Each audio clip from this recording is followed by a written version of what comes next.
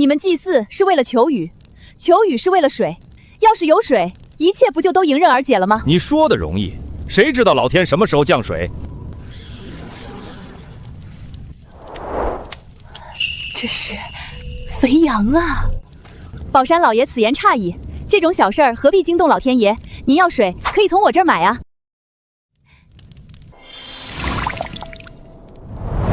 实不相瞒，2个月前我夜观天象，预测到有大旱，就开始提前囤水了。只要老爷您出得起价，这水您要多少我有多少。你开价吧。这一瓶依云矿泉水，我从拼夕夕进价是10文，卖它100文不过分吧？一瓶100文，宰太狠了！早知道就不这么狮子大开口了，要不给他便宜10文钱？大妹子仁义呀，竟是老夫我以小人之心夺君子之腹了，惭愧。这是10两银子，我先买100瓶。大妹子此番高义之举，老夫铭记在心，以后有需要帮忙的地方，尽管知会一声便是。我刚刚是狠砍了他一笔没毛病吧？这世道，奸商都能被夸仁义。一共100瓶，宝山老爷，钱货两上，咱们合作愉快。合作愉快。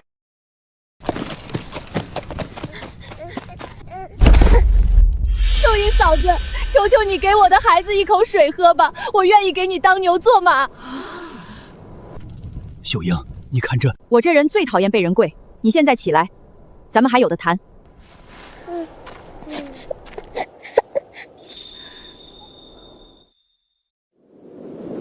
这些村民虽然出不起高价，但胜在人数不少。1文钱1瓶的水露，就算我成本价卖他们，也能赚个好评返现。蚊子再小也是肉，哪有嫌钱多的？刚才卖宝山老爷的是高端山泉水，我还有一款普通的矿泉水，限时折扣1文钱1瓶，要买的排好队，谁要是急我就不卖了。限时折扣是啥意思？管他呢，1文钱1瓶啊，还不赶紧排队？都排好队，一个一个来，别挤。这水比平时喝的清甜嘞，咋可能这是普通水？秀英肯定是为了让咱们普通人也能喝得起水，才故意这么说的。返现到账20文。论薅羊毛，我可是专业的。这是干啥？秀英，你是好人，俺们以前都误会你了。秀英嫂子，以后有什么事儿你尽管吩咐，俺这辈子都念着你的情。俺也是，俺也是。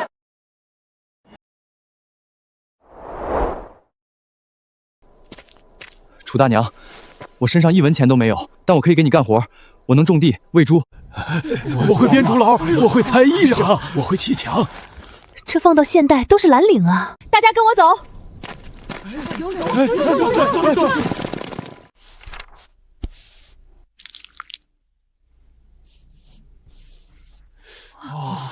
来财没有限公司。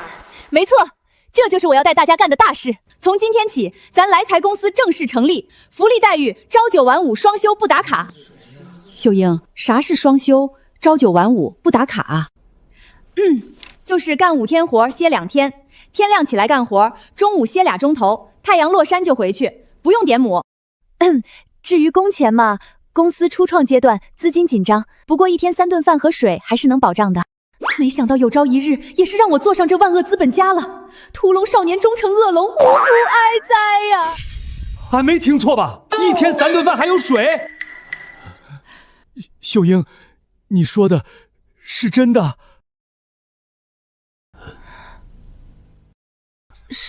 是真的。我要加入，我也要，送我一个，带我一个，我也要，算我一个。楚大娘，咱们真要在这种高温干旱的天种地吗？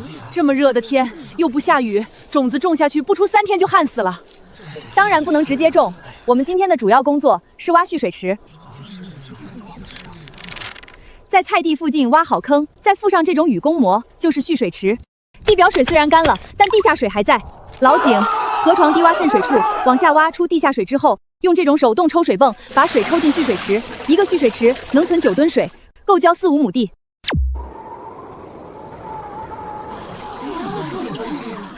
楚大娘，现在水是蓄好了，可太阳这么毒，浇在地里没一会儿就全部蒸发掉了，苗还是活不成啊！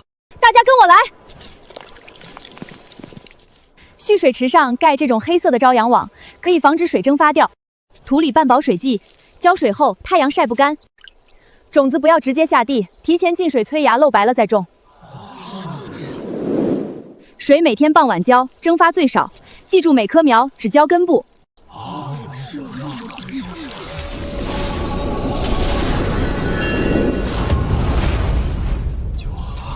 天爷啊，这真是干旱天种出来的。秀英姐，我们今天在县城卖菜，碰见李县令了。李县令想见你，我就擅自把他带来了。楚娘子，老朽新平县县令李长阳贸然登门，还望楚娘子勿怪。李大人言重了，不知您到此所为何事？楚娘子能令旱地起绿旗，真乃神仙人物啊！不，大人您千万别这么说，李大人误会了，我可不是什么神仙，这些就是用了高产抗旱的种子，再加上撒化肥增产壮苗，很简单的。高产抗旱种子，化肥。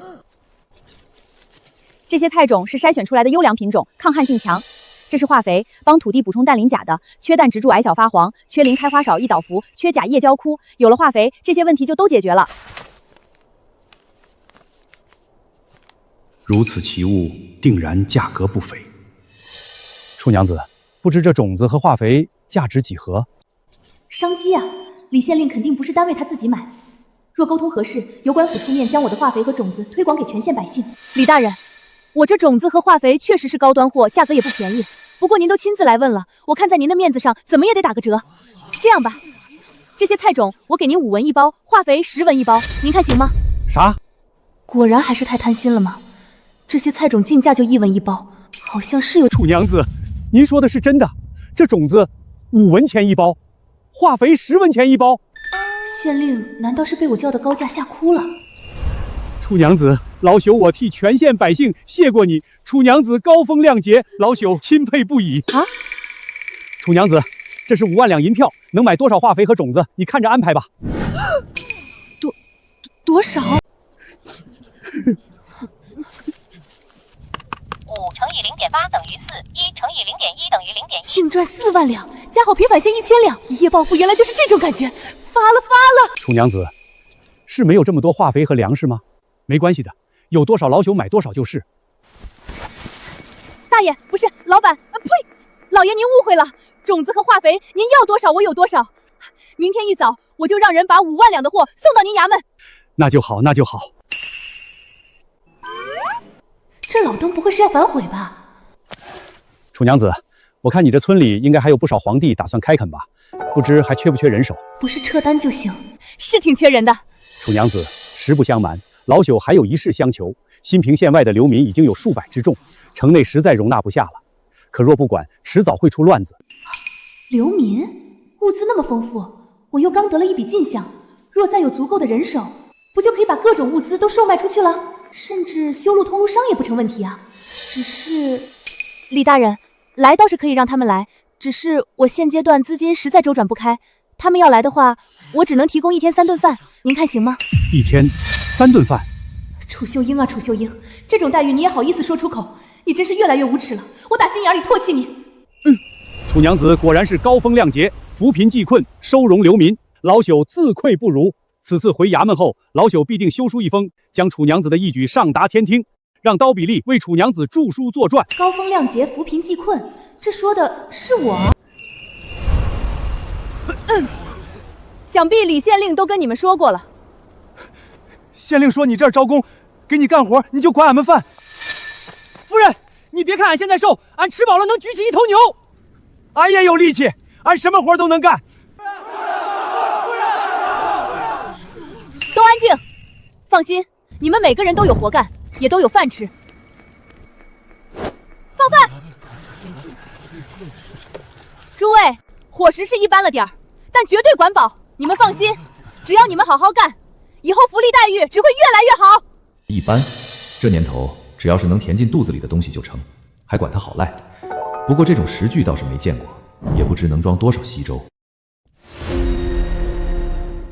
肉，居然有肉！这么大块的肉，还有白米饭！天哪，这辈子俺都没吃过白米饭啊！这叫一般。好汉，你怎么不吃啊？果然是嫌伙食差吗？脸色都这么难看了。敢问夫人，何以养死士？你，饭可以乱吃，话可不能乱说啊！什么养死士？你见谁家养死士修路的？修路？对，就是修路。你们一边吃，我一边说下你们的工作。工作内容就是修路，工作时间做5天休2天，天亮出工，天黑收工。中午太阳最毒的时候休息1个时辰。啥？干5天还能歇2天？上午还能歇那长时间？天黑就收工了？还说不是在养死士。我要你们修出从宋家村通往周围5个邻县的路，宽度要能让2辆牛车并排通过。为了避免撞上秋运，这5条路要尽量赶在1个月内竣工。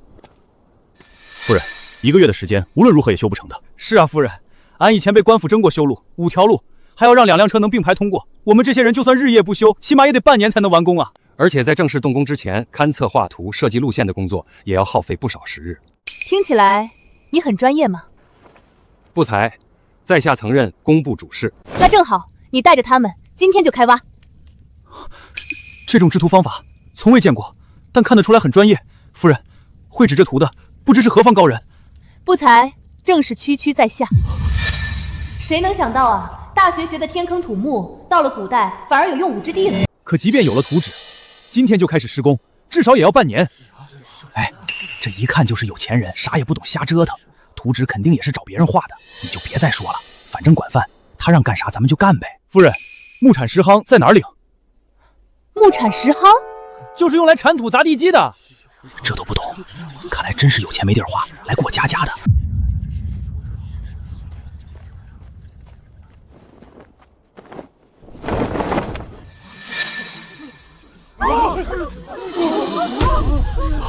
这是铁，都是铁器呀！这些奇奇怪怪的是啥？虽然形制新颖，但基本都能猜到是干什么的。唯独这个，夫人，这是面粉吗？不是，这可不能吃。正好我给你们演示下怎么用。你们如果遇到了像这种移不开的巨石，先在巨石表面钻一些孔隙，然后把调配好的岩石膨胀液倒进去，等着就行了。夫人，您到底要我们看什么呀？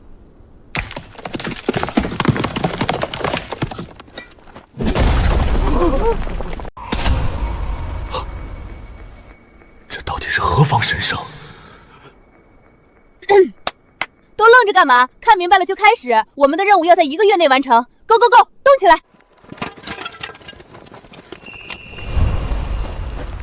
东家，5条路的清圮工作都已经完成，接下来是铺路，大家按我教的做。就算100年后，这5条路也是货压不塌、水泡不烂、雨冲不垮。压不塌、泡不烂、冲不垮，还100年，东家也太能吹牛了。还望东家赐教。像这样，底层铺大石块排水防尘，中层用碎石加石灰水泥混合料稳定抗压，上层铺细砂石平整好走。对了，路面要记得揪成中间略高、两边低的鱼嘴形，避免积水。石灰吸水后变坚硬，水泥更是遇水硬化，越泡越结实。要是这样修，说不定真能修一条100年不坏的路。既然都听明白了，李工，你带着大家伙开始吧。是。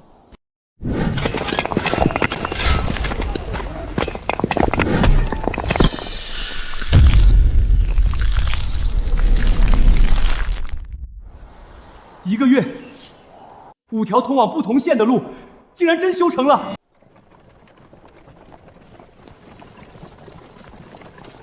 东家，扣掉成本和人工费，现在5条商道平均每天的利润基本已经稳定在了100两。东家，如今路已经修成，除了咱们的商队，其他周边各县各村落的百姓商贾，少不得也会带着货物上路。属下建议，或许可以在各个路段设置驿站，适当收费管控。现代收费站，对啊，差点忘了还能收过路费呢。不错，就按你说的办。以新平县为大本营，借助5条商道，日渐将周边5个县的经济命脉牢牢掌控。如此，割据之势可成啊！属下定不辱使命。不就是设几个收费站，至于这么激动？你自去挑一部分人手。是。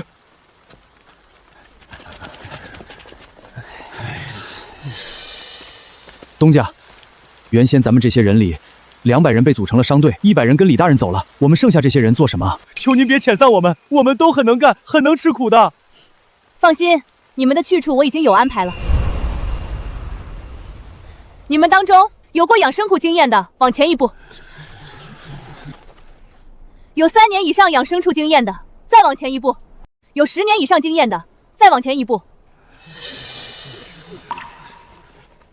东家，俺以前是给军疆养马的，养了10多年，也养过鸡鸭鹅猪，算是半个兽医。军营养马，这些流民里人才真不少呢。可惜平西西里压根买不到小马苗，不然卖战马那来钱多快。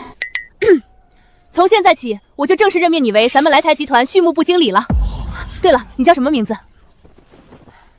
回东家的话，俺叫冯巧姑。冯经理，我很看好你，这些人以后就归你管了。你们的任务就是在后山这块地界把畜牧业搞得红红火火，有没有信心？他管咱们？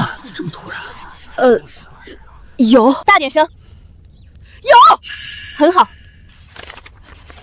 这是我初步绘制的草图。养生臭前，咱得先把他们的窝打好。这几个地方靠近农田，分别建鸡舍、鸭舍、猪圈，方便后期粪便发酵好了往田里堆肥。这块靠河，直接引水过来，挖个池塘养鱼虾。东家，俺也养过鸡，多的时候养上百只鸡，可俺从来没见过这么养鸡的，让鸡都住在这些小笼子里，也不放它们出去跑，不让它们去地里刨食，那得多吃掉多少粮食？粮食还是其次，这样密集的在房舍里养鸡，风也不容易流通。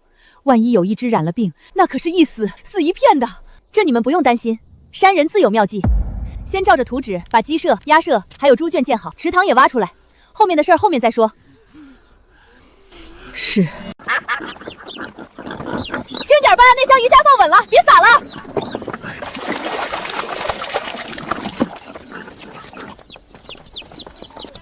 这些小家伙和以前见过的那些鸡倒是不一样，看着活泼得很呢。那当然，这可是我精挑细选搜罗来的。这种的叫白羽鸡，是专门长肉的肉鸡，40天就能出栏。这种叫海蓝色鸡，专管下蛋的蛋鸡，一只鸡1年能下300枚蛋。东家这肯定是被人骗了啊！哪有鸡能40天出笼，1年下300个蛋的？那骗子说这么离谱，东家也信。冯经理，您得跟东家说说啊。东家不懂，可咱们懂，咱不能坐视东家被骗啊！都别愣着了，把这些鸡鸭猪还有鱼虾都放到该放的位置，够动起来！都动起来吧！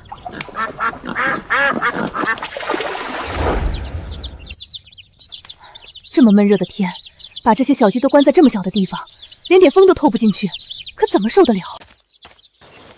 东家，您来了。之前让你们给屋顶留的洞留了吧？留了，可那一个洞也不顶事儿啊，还有那些窗户跟细条似的，也太窄了，要不再弄大点？不用，找人架梯子上屋顶。啊，扶稳了，别晃。东家您放心，稳着呢。好了。这是哪来的风？这么大的风！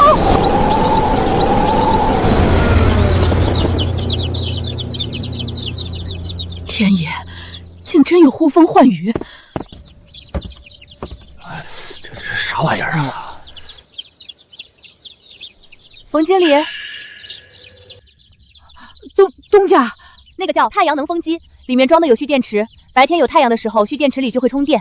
这个电可以让风扇转起来。这是遥控器。开关在这儿，这是调风力的。冯经理，我说的话你都记下了吗？都记下了，神仙。不，东家，我不是神仙，这是科学。科学是哪位大仙的尊号吗？科学大仙在上，请受草民一拜。哎呀，你们起来，你们回去工作吧。谢东家。这些人破除愚昧之路，任重道远啊！这些东西你都得学会用。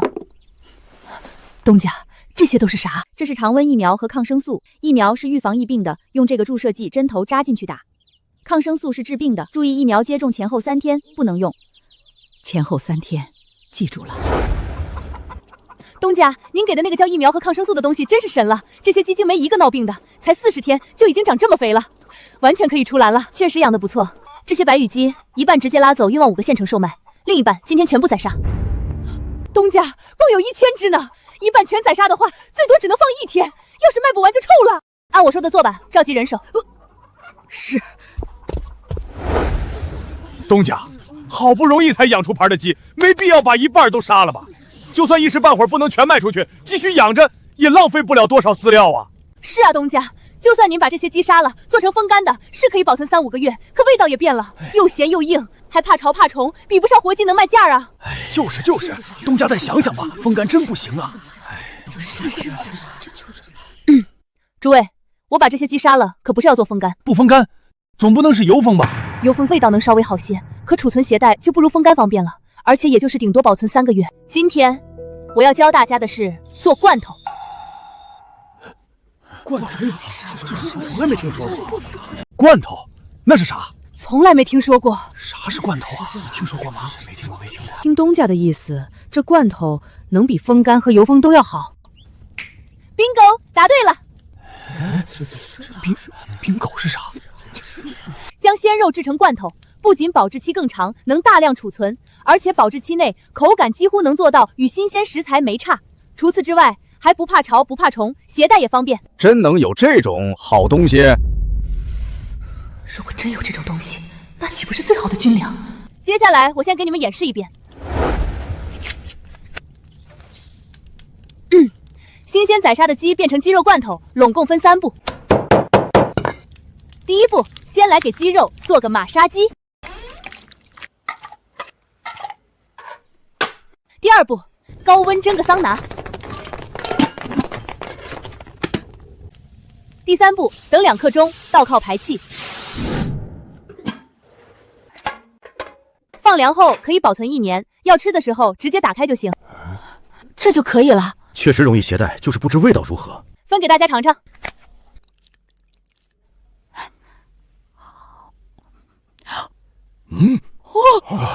这滋味比酒楼大厨做的还要好。如果真能保存1年不变坏，那这罐头的价值将不可估量。不可估量，东家，是，我这也算是提前开启了预制菜时代吧。果然，如今这世道四方都在揭竿而起，东家本就不是凡俗，又特意研制出了这适合做军粮的罐头。逐鹿之心，不言自明。东家，是属下愚钝了，居然现在才明白。东家放心，属下必定全力支持您的大业。大业？对，我可是要建成一个古代商业帝国的，怎么不算大业？从今天起，属下就带人下山，去周边搜罗看有没有合适的马驹，全力给东家您养马。养马？是了，牛车骡车的运力肯定比不上马车来得快啊！养马好，此事就全交由冯经理你负责，我看好你。是。外婆，县老爷带着好多官差来咱家了，娘让我来叫你呢。官差这时候来干嘛？带好多官差，这县令老儿是想干嘛？东家，您做生意这么久，有给衙门交保护费吗？保护费没有，李县令是个清官。这年头还有清官？东家，都这世道了，当官的能有几个清廉？乱世要保命，可不得趁着还有点权力狠狠捞钱。就是乱谁还讲清官啊？还是小心点好。这些狗官除了与民争利，还会做甚？肯定是看东家的生意越做越大，坐不住了，想要来分一杯羹。东家，咱们这么些人还怕了他了？我们跟你一起去，看看这狗官到底想要干嘛。对，一起去。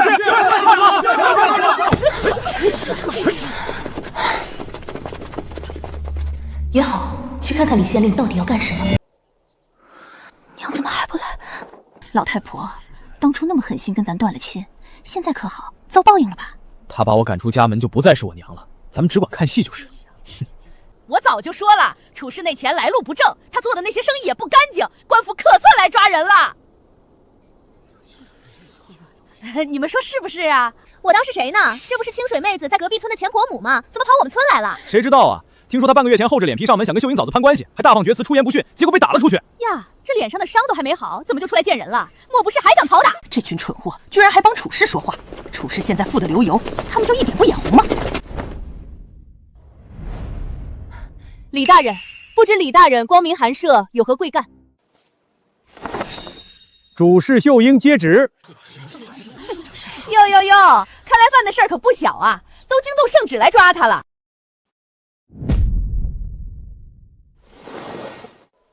奉天承运皇帝敕曰：朕闻新平县楚氏女秀英虽出田亩，然县种施肥，赈流爱民，木工修路，济困惠乡，实乃巾帼贤良，邻里之表，特封尔为新平县君，以示嘉奖。钦此。楚县君，接旨吧。这县君的身份能有啥用？县君，他楚氏一个泥腿子，凭什么？县令老爷是不是搞错了？他连自己亲生儿子都不认，他有什么德？应该抓起来蹲大牢才是。娘，你还真是虚荣，为了买这些虚名，花了不少银子吧？你们懂什么？别的不说，单说秀英嫂子花钱给村里修路这一件，她就该当这个县君。我啥时候给村里修路了？我不是给我自己修的吗？就是，自从这路通了以后，俺们去其他县卖货也方便了，多出不少进项，肉也吃得起了，其他县的商贩也进得来了。现在宋家村热闹都快赶得上县城了呢，是不是？是啊，不少以前是县城里的人都在往咱们村子搬呢。东家，您这些日子都待在后山上，不知道，确实是这样。大家都说您宅心仁厚，花了那么多财力物力修路，才收他们1辆车6文钱的过路费，是活菩萨呢。不是，过路费难道我还能收60文吗？这也夸！贪污县君，以下犯上，把这3人全部抓进大牢。是。哎呦，急什么急？不是的，都是误会，真是误会。娘，我错了，我不想蹲大牢啊，娘。县君原来是这么个用法。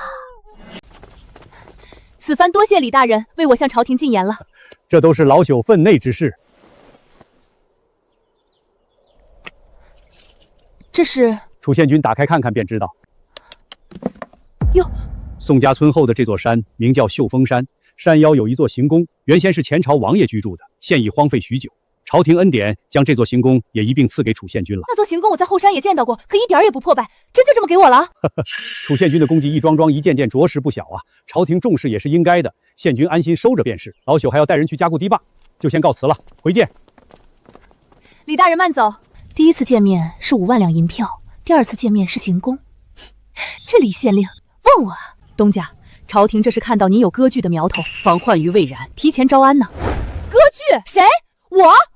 我干啥了我就割据啊？我就是一个安分守己的小老百姓，朝廷怎么能这么误会我？是，东家从未有不臣之心，是朝廷误会了。不管了，下次见到李县令再解释。走，叫上其他人，跟我去瞧那行宫。不愧是皇家宫苑，占地也太大了，气派。打眼一看是挺完整，但要修缮的地方不少，这些杂草也都要除。抽调50个人手过来的话，大约1个月的时间可以翻新完毕。那东家1个月后就可以带着清水小姐们搬进来了。这行宫是大，可也太大了。就我和清水还有小妮住进来的话，李公啊，我另外有个想法。什么？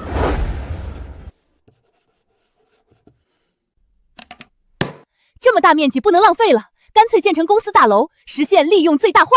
这是公司大门，到时候就挂上牌子，来财没有限公司。这儿是董事长办公室，也就是我的办公室。这边依次是财务部、行政部、农业部、工程部、畜牧部。这边盖员工食堂、员工宿舍。后面这块空地建几个球场，什么篮球、羽毛球、乒乓球场都凑齐。工作之余也该放松放松嘛。不是，咋都这副样子？工作量有点大了，不过不着急，可以慢慢建嘛。东家，这行宫是朝廷赐给您的，理应您自己住，您却用来给我们建办公区域还有宿舍。东家，石头不仅这辈子，下辈子、下下辈子也要给您打工。东家对我等关怀备至，我李刚必定誓死相报。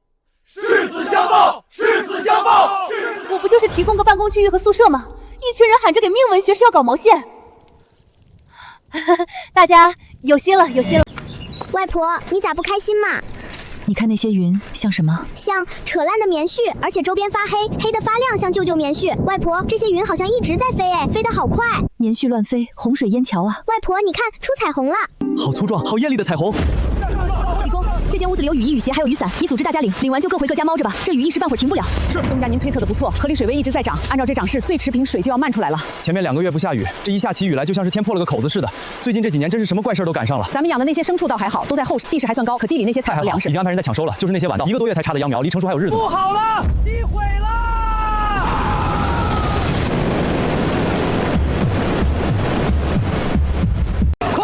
快把粘土堆上去，刚堵上的粘土落下来了。堵不住啊，水流太急，粘土很快就被冲走了。禀告大人，船上已经载满石块了，沉船。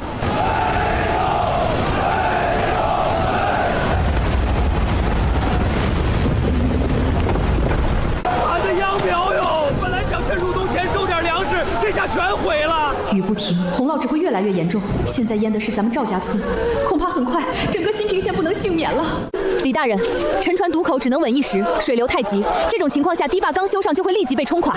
这也是没有办法的办法。谁能想到今年的汛期不仅推迟了，还如此猛烈？老天啊，难道非要置我新平县百姓于死地吗？李大人，依我看，赌不如输。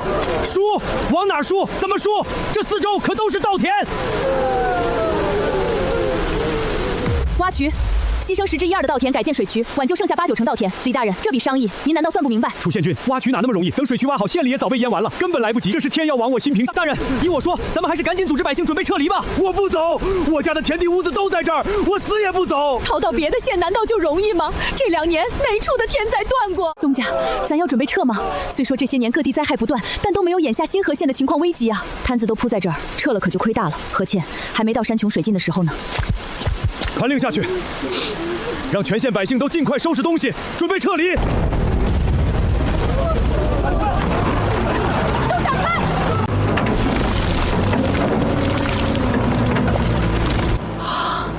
这是何物？果然是仙人手段。这肯定是不知名的神兽。你们看，它还会吐息呢。破除愚昧，启发明智，要抓紧提上日程了。今天能被推上神坛，明天就能被绑上火丝刑架。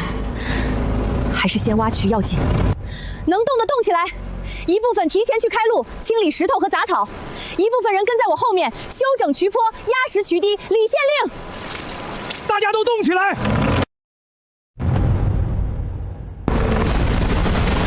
成了，1天的时间就挖好了一条渠。天不亡我新平县，不，替我新平县，是他救了全县百姓，他是救世主，是继黄干汉洪涝氏了，我早该意识到的。县君大人，今天还得劳烦您驱使着神兽在这一块再挖一道渠，如此洪水就彻底不足为患。说多少遍了，那不是神兽，那叫挖掘机。现在外面都传开了，您瞧瞧，有兽牙其状如铁喙，玄身雷谋，石图隐滩，见则其意，大水当至。你写的？不，是县衙的书吏。岂有此理！会写书了不起吗？会写书就能胡说八道。这书流出去了多少本？你全部重新搜索起来烧掉。县君大人莫非是不想让人知道您神仙的真实身份？我本来就不是神仙，这些都是科学 science。你们看到那个能拉土的大铁盒子，它其实就是……我跟你说不明白，这东西1天1夜它也说不明白呀。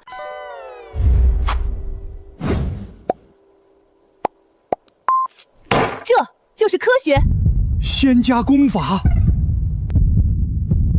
这个李县令不仅目光愚蠢，脑子也愚蠢啊！捧着物理书说什么仙法秘籍，翻开看10分钟，第1页都没看完，还差点睡着了。就这是科举选出来的，要钱不要命的疯子，都别管他。大人，丢了就丢了吧，性命要紧啊！这么大的箱子，里面装的是金子还是银子？要是金子，那得值多少钱啊？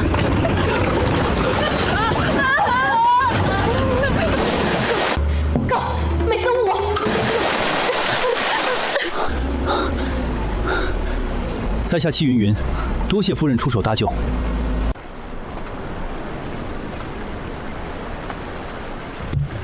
这箱子里装的该是金子吧？并非金银之物，不是金银，也值得豁出命去捞。不过是一些古籍残卷罢了，对在下而言无价。所以此番很感谢夫人，我戚静云欠夫人一个人情。还以为是什么？为什么每个字我都认识，凑在一起我就不知道说的是什么了？嘲笑我？你也看不懂我这仙法？怎么研究出什么了？夫人，不知这位叫牛顿的先生是何许人也？夫人，你别问那么多，你就说这仙法你看懂了多少？他若真把此书当成什么仙法，就证明其与李知性一般愚钝。我可不需要2个李知性。求仙问道之法讲究玄而又玄，如云山雾罩。然在下观此书，不似仙家玄谈，倒似匠人尺规，一字一句具有实据。所论之事皆在地上，不像云中。依在下之见，求仙道，不如求手中之道。此物莫非就是依据书中道理而成？比起所谓的神兽传言，倒是更贴近机关术一道。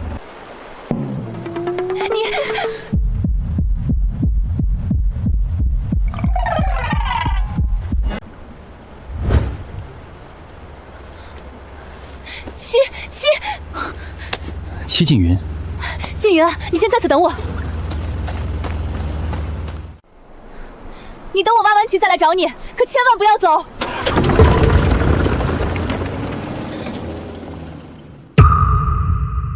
东家是说这位是您在挖渠时捡的，我怎么觉得有些面熟？巧姑，你看见一个长得好的，都要说人家面熟吧？东家，我是真觉得在哪儿见过，一时竟想不起来了。你可知我带你回来是为何？这一片可都是我的人，你就不怕我对你不利？楚宪军名声远扬，在下心中有数，知晓宪军不会。你知道我？一开始不知道，不过慢慢也猜出来了。楚宪军高风亮节，义薄床天，在下自京城做了不少宪军的事迹，心中十分钦佩。阁下是从哪里开始有听人说起我们宪军的？入了广平郡，便隐约有听说，此后听见到的便越来越多。广平郡在江州，跟咱们怀州交界，东家的名声原来已经传到其他州了。名气大了也不至于这么激动吧？别的不说，买马定然方便了。买马的事儿你看着办就行，那方面你是行家。这些就是我让你来的目的。县局大人，多亏有您出手，如今咱新平县的水患已经彻底稳住了。这么多仙家功法。是啊，炼气筑基、金丹元婴的功法都有呢。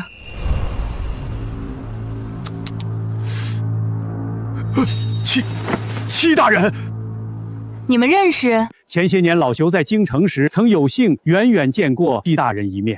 我想起来了，我在军营的时候，有一次朝廷派宣抚使来，就是他。我当时也是远远的瞧了一眼。你来头还挺大。那些都已经是旧事了。戚某后来便专任问太子少傅一职，只是半月前太子坠马而亡，戚某便自请置身还乡了。太子坠马？不说那些了，我看中的只是你这个人的脑子。做给我看。全对，这怎么可能？县君大人，戚大人当年可是状元及第，连中3元呢。必须让这个人给我打一辈子工。这些书里的内容，或许会改变这个世界。楚宪军，戚某斗胆，请您允许我跟着你。要怎么开口留下戚云云呢？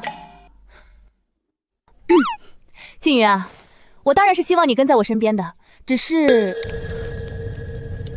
钱这方面，西景云的确是个人才，不知道他任太子少傅时工资多少，可千万别让我大出血啊！宪军大人，实不相瞒，戚某目前手头较为紧张，不知每月1万两可行？1万两也不是不行，毕竟高精尖人才，放现代不也得年薪100万吗？行，1万两就1万两。太好了。这，宪军，可是束修有什么问题吗？束修？每月1万两的确是有些少了，毕竟这些书全都价值连城。除此之外，戚某再允诺宪军3个条件，不知可否？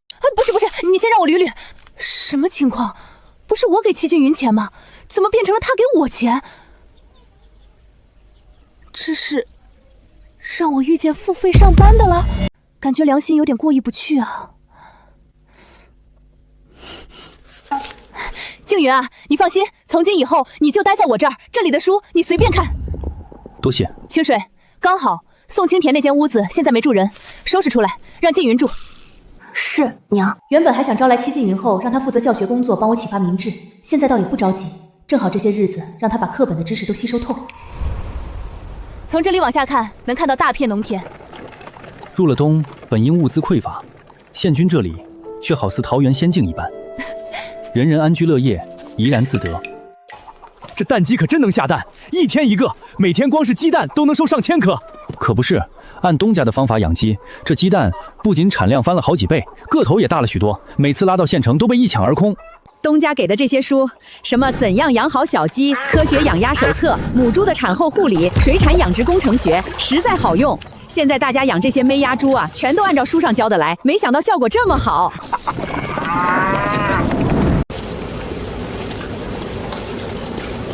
这就是我们的食品加工厂了。走，再带你去参观下公司总部。东家，公司总部已经全部修饰完工，只等您亲自揭牌了。好。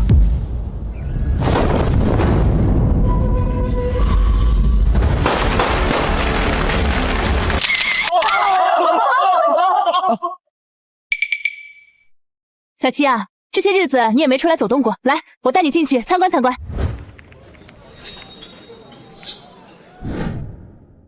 小七，你觉得我这公司怎么样啊？县军，在下以为还叫县军，该改口了吧？你难道不是这个公司的一份子？是，东家。好，如此巧妙的就把戚静云彻底收编了，以后就可以名正言顺的让他给我打工了。东家，李知县带了一些人来说要见您，那些人都是军营里的打扮。让人把他们请到会议室，我这就过去。竟真是个女人，看起来也没什么特别的，我还以为有3头6臂呢。县军大人，这3位分别是江淮大营周副将、平昌郡驻守徐大人、顾须关刘大人。这些人里，要数这位3品的周副将来头最大。新平县君楚秀英见过周副将徐郡守。久闻楚县人女中豪杰，非臣中物，今日一见，名不虚传啊！哼。不知二位大人前来所为何事？县局大人，是这样的，江淮大营的贺连总兵有意向您购置一些罐头作为军需，特派周相将和军需官刘大人前来同您交涉，徐郡守和在下作为陪同。原来是送上门的生意啊！原来如此，我这罐头的名声都已经传到军营里去了吗？奇淫技巧而已，真想不通，总兵大人怎么会相信那所谓的罐头能够保存1年不坏？楚县君，我们此行前来，并不是与你做生意的，实不相瞒。军中物资有限，尤其是银钱，一厘一毫都不容浪费。因此，烦请楚县君修书一封，亲自向总兵大人解释，你那所谓能保存1年不坏的罐头，不过是民间以讹传讹罢了。如此一来，我们也就好回去交差了。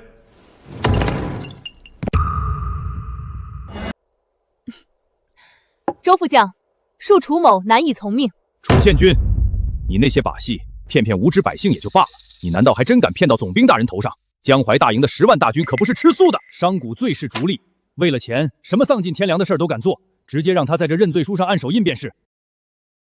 周副将，刘军需，老朽以性命担保，县君大人绝非欺世盗名之辈。若在这子虚乌有的认罪书上按了手印，那县君大人和楚氏商号的名声就彻底毁了。本官看你真是被此人蒙蔽太深了。来人啊！且慢，不就是向总兵大人阐清解释吗？何必动刀动枪？好歹楚某是朝廷亲封的县君吧。楚县君若早如此识相，我等也不至于大动干戈。按吧。啊！楚氏，你大胆！来人，立即拿下！周副将，火气别这么大嘛。本县君之所以撕了这认罪书，也是为你好。为我好？是啊，本县君方才看过了，这认罪书上写的相当潦草。你们不会以为只要按了我的手印，再拿去给总兵大人看，就能糊弄过去了吧？不然呢？哼，总兵大人特意派3品副进来督办此事，可见军中情况不容乐观啊。尔等领命前来，却阳奉阴违，没有办好总兵大人交代的事，只拿出一纸措辞含糊的认罪交差。你们是把总兵大人当成了吃屎的孩子吗？二位不要动怒，楚某是个粗人，说这么一大堆也不是为了跟二位吵架的。你们不就是要我向总兵大人澄清解释吗？与其心里解释，不如我亲自跟你们走一趟，当面向总兵大人说明情况。你愿意跟我们去军营？有何不可？今天就能出发。好，楚县君痛快，只要你解释清楚罐头是以讹传讹，我会替你求情。那便多谢周副将了。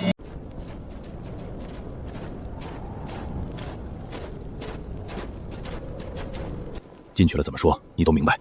放心，已经打了好几遍腹稿了。总兵大人，怎么这么快就回来了？交代你们办的事如何了？启禀大人，末将和刘军需到新平县后，顺利见到了新平县主。只是新平县主告诉我等，那所谓能保存1年不坏的罐头，其实是民间以讹传讹。新平县主体谅末将等不好交差，主动要求亲自和大人您解释。新平县楚秀英见过贺连总兵。久仰县君大名，快请落座。是我太心急了，不过想想也是，民间传言本就不该信为真，还劳烦楚县君特意跑一趟。贺连总兵，关于民间传言，我楚氏商号的这些罐头吃了能令人疾病痊愈、长生不老，确实是子虚乌有。不过能够保存1年不坏，却是真的。你胡说什么？哪有传言说你这罐头能令人长生不老、疾病全消？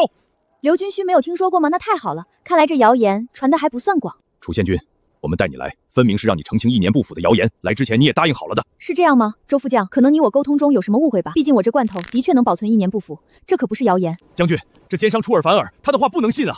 我这些属下不懂事，还望县主见谅。我早听说过您献粮救民、修路抗洪的事迹，心中十分钦佩。楚县君人品贵重，如圣人降世，您所言，贺连硕绝不怀疑。是非在己，毁誉由人。有人认为我沽名钓誉，也有人真觉得我义薄冲天啊！我必不会辜负贺连将军这份信任。那好，楚县君的各式罐头，我江淮大营共计采购100万份，这是1万两银票的定金。贺连将军放心，100万份生产日期崭新的罐头，待我回去后便安排人装车，并然如数送到江淮大营。还好我有拼夕夕这个大后方，不然短时间还真拿不出这么多罐头。贺连将军，束秀英斗胆问一句，这江淮地界是不是也快要乱了？县君猜得不错。1个月前收到的消息，北周节度使魏玄已经自立称帝了。魏玄的20万铁骑挥师南下，是迟早的事。魏玄的骑兵习惯陆上作战，咱们江淮一带多江河湖泊，地形更囿于水师，若真打起来，也并非没有胜算。时候差不多了，我费劲来这江淮大营一趟，可不是只为做一笔生意的。赫连将军，楚某这些年究了不少技巧之物，其中有被人觉得不入流的，有能让粮食增产的，也有益于行军打仗的。楚县君此言当真？大人，那所谓能保存1年的罐头，都还不知是真假呢，你怎可如此信任他？此女妖言硕众，满脑子只有商贾同纣，为了钱，什么话都说得出来，什么事也都做得出来，您千万不要被他蒙蔽了啊！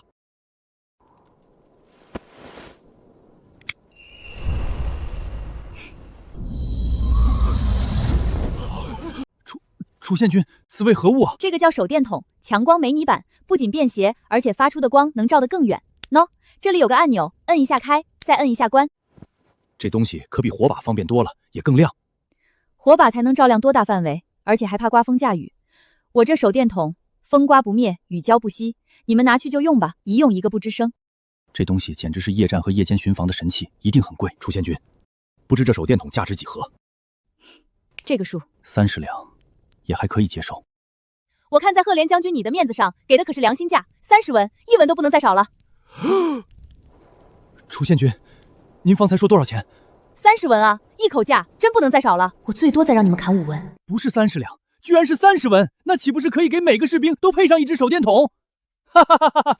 县君仗义疏财，果然名不虚传，赫连硕佩服。我都做好了还价的准备，你说这……楚县君，这是1万两定金，我要10万只手电筒。除此之外，县君日后若有需要帮忙的，我赫连硕定不推辞。10万只，还答应帮我一个忙。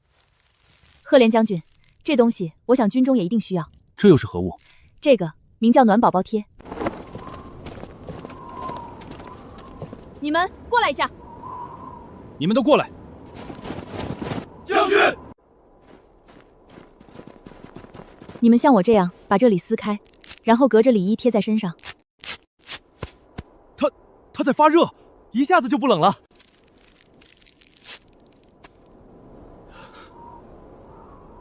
这么一小片东西，却能让身上源源不断传来热意，这到底是什么神奇的东西？简直闻所未闻。这样一张暖宝宝贴，撕开后能持续发热4个时辰，腿脚、后背、肚子都能贴，但记住不要直接贴到皮肤上，必须隔着一层衣物。楚县君，这暖宝宝贴又是怎么卖的？来，我说一下价格啊。今天主播楚某看在赫连将军的面子上，给大家福利价，不要999，也不要99，只需9.9。县君，点是什么意思啊？就是9又9，这不重要。3、2、1，上链接。所见即所得，一包整整100片。今天在这里只需9.9文就能给到大家。9.9文是这一整包的价格，他不赚钱吗？他难道真是义商？我要1包，不2包，我要3包。别急，我今天没带那么多货来，你们要多少，我先记到账上，下次跟罐头一块送来。楚县君，这暖宝宝贴军营中也大量需要，就先统一采买20万包吧。好，暖宝宝贴20万包，动辄就是数10万货量的单子，来军营卖货果然没错。赫连将军，既然你如此捧场，那楚某也就不藏私了，我把我这些年压箱底的东西都展示给你。此物名为凡士林，专治手脚裂口、马蹄冻疮，量大见效快，一个只要29文。冻疮药可比这个贵多了，买。这个叫压缩饼干，一小块能顶3碗米饭，不用生火直接吃，不拆封，保质期1年，方便又顶饱，买。此物名为望远镜，3里之内一览无余，夜间也能看清，300文一副。侦察神器啊，买。自发热德容暖内衣一套200文，买。复合维生素片，管手舌生疮、牙龈出血，打火机一按就难活，创可贴，绷带无菌纱布，买。全部货物共计387620两，抹零之后38万7，已收定金38700两。赫连将军，您看下，这货物和数目可都对着。对着呢。楚县君，多亏有你，你的这些东西对我实在太有用了，我简直都不知道该怎么样报答你了。我是商人，钱货两清就是对我有最好的回报了。赫连将军，那秀英这就回去，尽快为您准备物资运来了。好，县君一路当心。周副将、刘知虚，仍是你们带兵马护送。是。明明就是心系苍生，却非要说自己是在做生意。这些东西俱非凡品，却都被他以如此低廉的价格出售。哪个生意人能做这种亏本买卖？钦天监曾预言，四方将乱，圣人将出。莫非这就是圣人的境界？所以我才不懂。楚秀英，楚秀英，你会是预言中那位能够救世的圣人吗？啊切啊切！楚宪君，可是受燃了？没事儿，许是谁在说我吧？赚太多钱就是容易遭人惦记啊。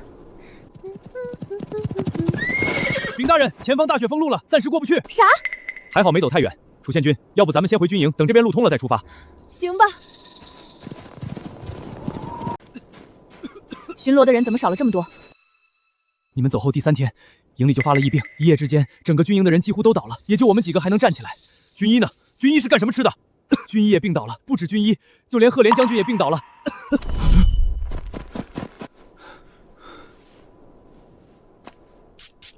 楚宪君，您这是在干什么？我刚签的30万大单，这些人要是都死了，岂不就泡汤了？可这是瘟疫啊！我又不是华佗在世，钱重要还是命重要？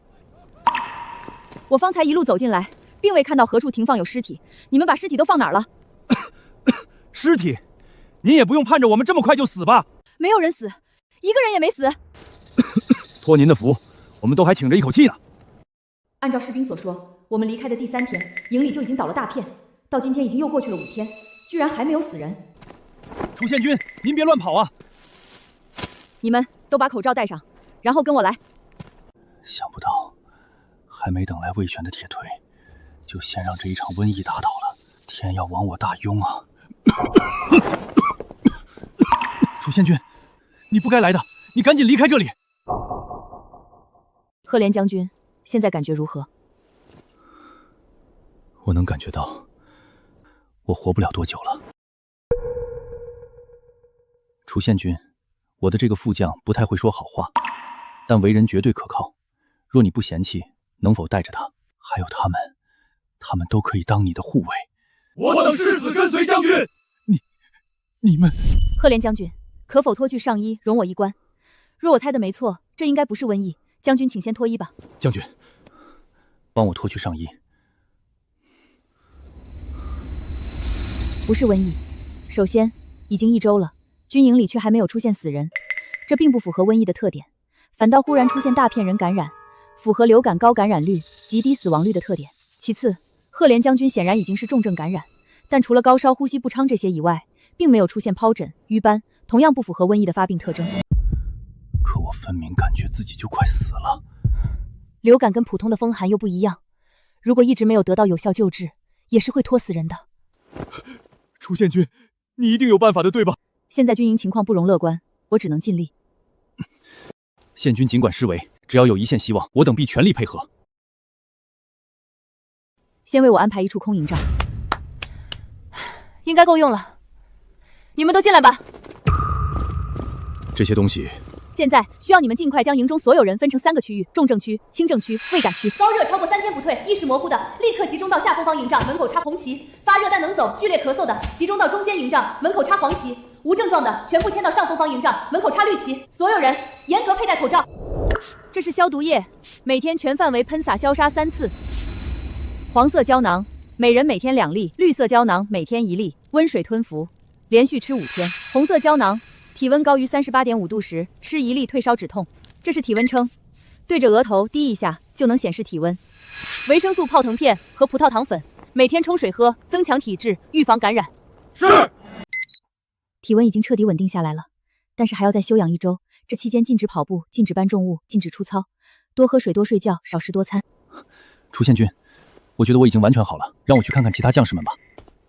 宪君，按您说的，每隔2个时辰监测1次体温。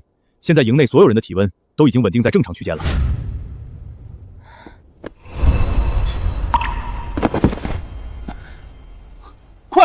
快叫军医！老吕，到底怎么样？吕运医，你说句话呀！县主脉象虚浮，气血两亏，他是活活累倒的。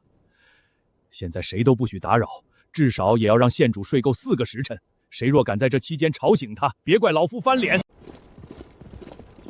将军，我们听说楚宪君昏倒了，这到底怎么回事啊？楚宪君现在情况怎么样了？楚宪君到底有没有事啊？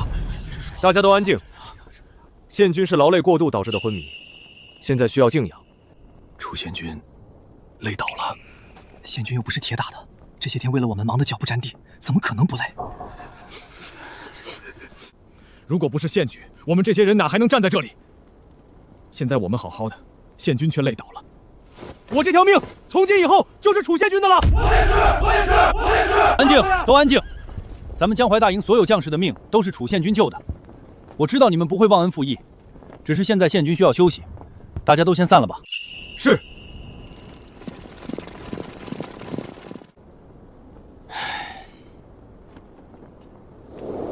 赫连将军，你终于醒了。军医说你是因为劳累过度晕倒，需要静养。你现在饿不饿？灶上温的有粥，我去给你端来。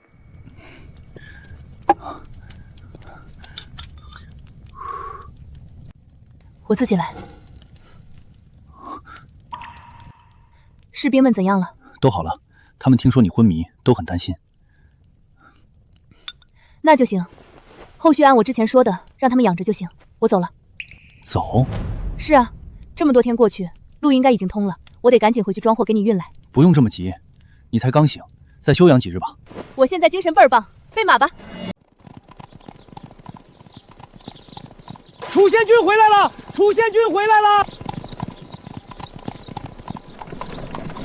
东家，楚秀英，东家，您终于回来了！东家回来了！东家回来了！我就是出去跑趟业务，不至于，不至于。不是，怎么都来了？你们该忙什么忙什么去啊！东家。要不是东家你传了信回来，石头早就去江淮大营找您了。我还能不回来了吗？回来就好，回来就好。东家一路辛苦，行宫处已经备好了饭菜和热水，还请东家一步。走吧。你们是不知道，我这次去江淮大营谈成了一笔多大的生意。这些东西怎么都没听说过？这么多，总计38.7千两。你们东家出马，不鸣则已，一鸣惊人。金云啊，你以前当过宣抚使，你说这么大一笔银子，是不是已经快把江淮大营掏空了？像江淮大营这样规模的军营，每年军费一般都是在1000万两左右。什么？东家离开的这1个多月，倒是发生了件事。何事？进来吧。韩烈拜见新平县军。东家离开后半个月，附近的龙虎寨集结了匪众前来攻打，此人便是龙虎寨的大当家。多亏了东家留给戚先生的锦囊妙计，东家可真是神机妙算，不仅料到了会有外敌来攻，还能教我们怎样把敌人耍得团团转。我们按照东家教的来做，龙虎帮的匪众已经彻底心服口服了。什么锦囊妙计？东家，韩烈韩当家此前已经表示过，愿意带着麾下2000人马归顺。如今东家回来了，一切但凭东家裁夺。你是真心归顺？禀县君，韩某久闻县君仁义之名，十分敬佩。之所以会做出攻打宋家村的决定，实在是因为弟兄们都快活不下去了，走投无路。韩某自知罪孽深重，从今往后愿为县君当牛做马，供县君驱使，指望县君能给弟兄们一条生路。眼瞅着江淮地界也要乱起来了，正好留下这些人看家护工，2000兵马也不算少呢。那就留下吧，刚好保安部空缺，从今往后你就是我来财公司的保安大队长了。谢东家收留，谢东家收留。行了行了，起来吧，以后好好干。什么锦囊妙计？是缙云自作主张了，请东家责罚。不是，我什么时候说要罚你了？我的意思是，你没必要打着我的名头嘛，我又不擅长军事指挥，回头再露馅儿，我岂不是丢脸丢大了？不会露馅，我会一直跟着东家，永远。你不回家了？那你的家人？缙云父母皆已故去，也并无家室。对了，您在信中让我筹办建立学校事宜，已经推进的差不多了。学校是直接在旧有的私塾上翻新的，加盖了2排房屋，随时可以举行开学仪式。这么快？不错不错。不过教室数量是不是太多了？不会，这是预报名名单。这得有好几百人了吧？宋家村哪这么多适龄孩童？东家，您再仔细看看。宋家村、赵家村、新平县、淮安县、平昌郡、江州。除了咱们怀州本地，江州地界也有不少人听说了此事，纷纷前来报名，要把孩子送到东家您开办的学校。江州，那么远，他们没事吧？东家的名声已经流传甚广，有不少人押宝在东家身上呢。什么押宝？不是在说学校吗？东家是还不想这么快挑破吗？也是，京中只是传出了皇帝病重的消息，尽管各方势力已经蠢蠢欲动，但东家既然仍选择掩饰，自然有其道理。荒年乱世，东家手段奇异，这些人难免会押宝在东家身上，觉得跟着东家有肉吃呢。那的确，别的不说，跟着我绝对饿不着。我开办学校，让戚静云教授他们科学知识，如此经年累月教化，愚昧之风定然为之一清，说不定还真能培养出一些可造之才。东家，时间差不多了，该您上台讲话了。喂，感谢诸位踊跃报名的热情哈！值此年关之际，我宣布新平县第一小学正式建立。县君，我们都了解过了，您办的这学校不仅教识字算术，还教那个叫什么科学的东西，这可是天大的好事儿啊！我们无论如何也要来支持。是啊，我也听说过，科学就是那个能让粮食增产，能让修路架桥更快，能让咱们生活更加便利的东西，好像也叫什么散而寺。乱世里教人活着的本领，也只有楚县君才有这种人心和气魄了。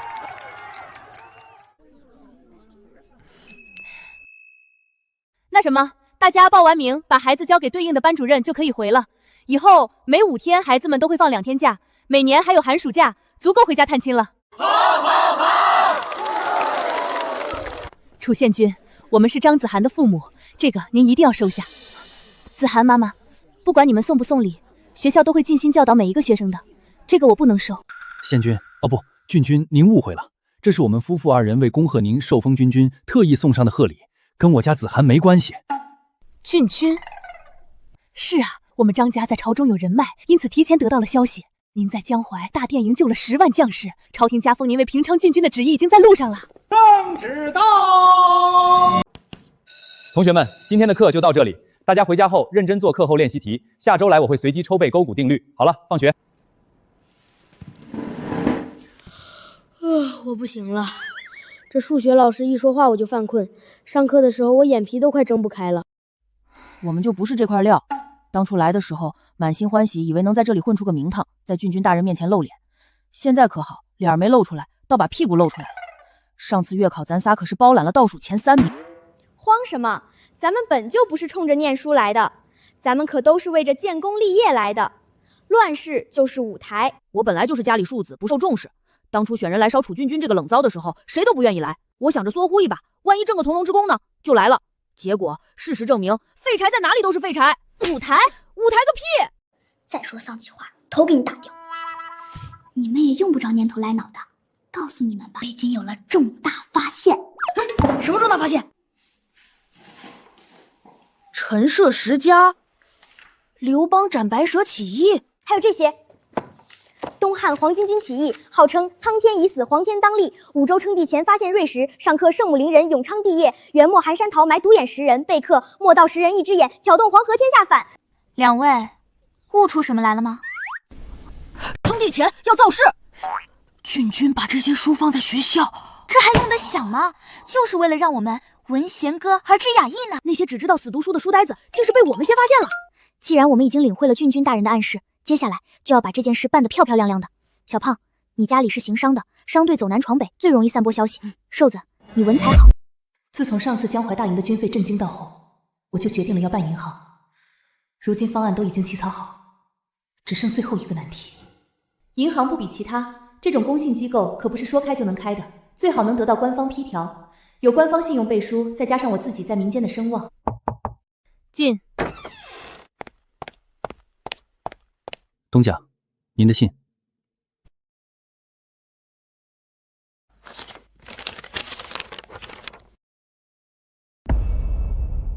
怎么了？皇帝死了。陛下病逝，谢丞相扶持宗室幼子继位，独揽朝纲，野心昭然。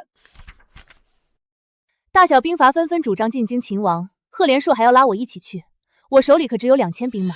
赫连将军收整了北方魏玄的残余部将，如今手握20万重兵，既然赫连将军相邀，东家与之同往，倒也不用担心安危问题。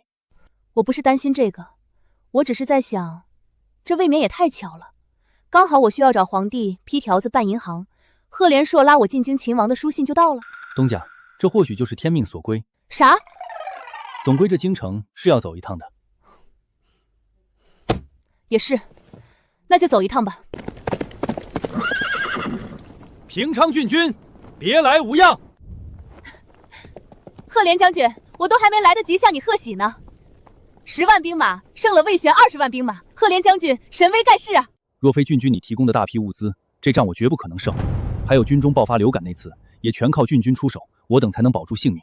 这些恩情，我赫连硕一直铭记于心，只等有机会报答。将军既然都如此说了，那这一路上便拜托将军护送了。哈哈哈哈！那是自然，那是自然。这是演哪出戏？赫连将军，你终于到了。现在是什么情况？姓谢的无耻之尤，还文臣之首呢！居然扬言我们赶攻城就杀了小皇帝，他绝对是疯了！他们这些人打着秦王的名号，实际没有不觊觎皇位的。但我知道你跟他们不一样，你只想当个将军。这样，你让他们退兵，我立即封你为兵马大元帅，位居超品，如何？我呸！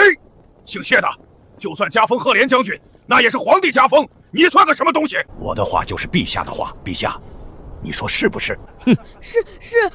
听到了吗？尔等还不速速退兵？难道真要造反不成？如此奸相，如此懦主，大庸将亡矣！什么造反？要我说，咱们现在直接重新另立皇帝，攻进京城就不算造反了，这叫御驾亲征。赞成。这么草率？那推举谁来做这个皇帝呢？你们一群反贼莽夫！我居有西南，兵多将广，且祖上乃雍氏宗亲，根正苗红。我曾荡平西北蛮夷，族中4世3公，功劳不比你小。若你能当皇帝，我也能当。那我除了有收复中原的战功，还是士林领袖呢。要我说，这龙椅我也能坐一坐。赫连将军，你说我们仨谁配当皇帝？